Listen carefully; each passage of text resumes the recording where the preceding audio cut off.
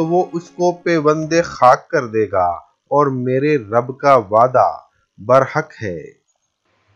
رہی یہ بات کہ سد ذوالقرنین کہاں واقع ہے، تو اس میں بھی اختلافات پائے جاتے ہیں۔ کچھ علماء و محققین کی گواہی کے مطابق سرزمین قفقاز یا کوہ کاف کے دریائے خزر اور دریائے سیاہ کے درمیان پہاڑوں کا ایک سلسلہ ہے جو ایک دیوار کی طرح شمال اور جنوب کو ایک دوسرے سے الگ کرتا ہے۔ اس میں ایک دیوار کی طرح کا درہ بھی موجود ہے جو مشہور درہ داریال ہے۔ یہاں اب تک ایک قدیم تاریخی لوہے کی دیوار نظر آتی ہے۔ اسی بنا پر بہت سے لوگوں کا نظریہ ہے کہ دیوار ذوالقرنین یہی ہے۔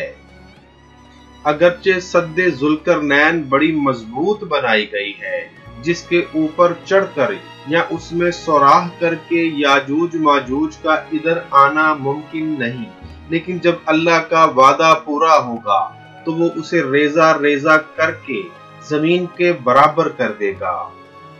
اس وعدے سے مراد قیامت کے قریب یاجوج و ماجوج کا ظہور ہے۔ ایک اور حدیث میں آتا ہے کہ یاجوج ماجوج ہر روز اس دیوار کو کھودتے ہیں اور پھر کل کے لیے چھوڑ دیتے ہیں، لیکن جب اللہ کی مرضی ان کے خروج کی ہوگی تو پھر وہ کہیں گے کہ کل انشاءاللہ اس کو کھودیں گے، اور پھر دوسرے دن وہ اس سے نکلنے میں کامیاب ہو جائیں گے اور زمین میں فساد پھیلائیں گے، یعنی انسانوں کو بھی کھانے سے گریز نہیں کریں گے۔ آیات کریمہ سے واضح ہے کہ یاجوج ماجوج کا آخری زمانے میں نکلنا علم الہی میں طے شدہ ہے، اور یہ کہ ان کا خروج قیامت کی نشانی کے طور پر قرب قیامت میں ہوگا۔ احادیث کے مطابق یاجوج ماجوج کا خروج حضرت عیسیٰ علیہ السلام کے زمانے میں ہوگا۔ ایک حدیث میں حضرت عیسیٰ علیہ السلام کے دجال کو قتل کرنے کا واقعہ ذکر کرنے کے بعد ارشاد ہے، پھر حضرت عیسیٰ علیہ السلام ان لوگوں کے پاس جائیں گے جن کو اللہ تعالیٰ نے دجال کے فتنے سے محفوظ رکھا ہوگا، اور گرد و غبار سے ان کے چہرے صاف کریں گے، اور جنت میں ان کے جو درجات ہیں وہ ان کو بتائیں گے۔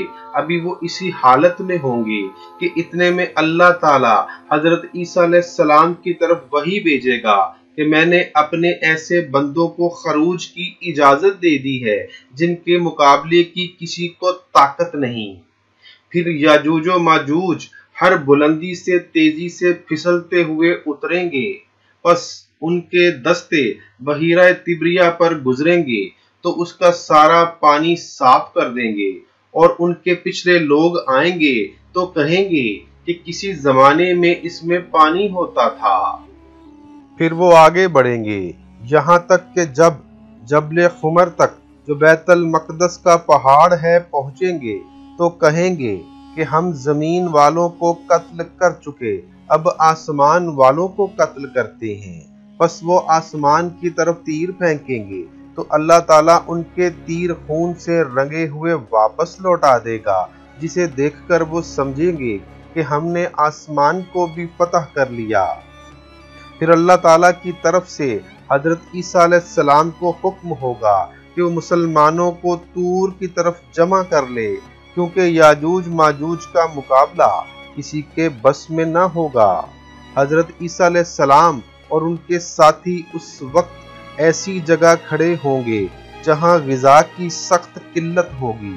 پھر لوگوں کی درخواست پر حضرت عیسیٰ علیہ السلام یاجوج ماجوج کے لیے بد دعا فرمائیں گے، پس اللہ تعالیٰ ان کی گردنوں اور کانوں میں کیڑا پیدا کر دے گا جو بعد میں پھوڑا بن جائے گا، جس کے پھٹنے سے یہ سب ہلاک ہونا شروع ہو جائیں گے۔ یہ سب کے سب اسی وبا سے مر جائیں گے، ان کی لاشوں سے زمین بھر جائے گی اور ہر طرف ان کی لاشوں کی گندی بو پھیل جائے گی۔ پھر عیسیٰ ابن مریم دعا کریں گے تو اللہ تعالیٰ اونٹ کی گردن برابر پرندے بھیجیں گے جو ان کی لاشوں کو اٹھا کر جہاں اللہ کو منظور ہوگا پھینک دیں گے۔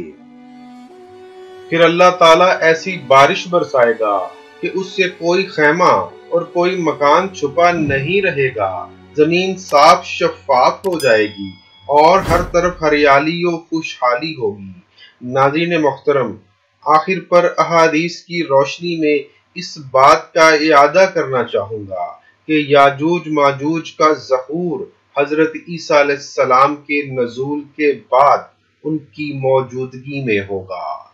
ناظرین، اب تک کے لیے اتنا ہی۔ میرے ویڈیو کو لائک کیجئے، شیئر کیجئے، چینل کو سبسکرائب کیجئے اور کمنٹ سیکشن میں اپنی رائے کا اظہار بھی کیجئے گا۔ اللہ حافظ۔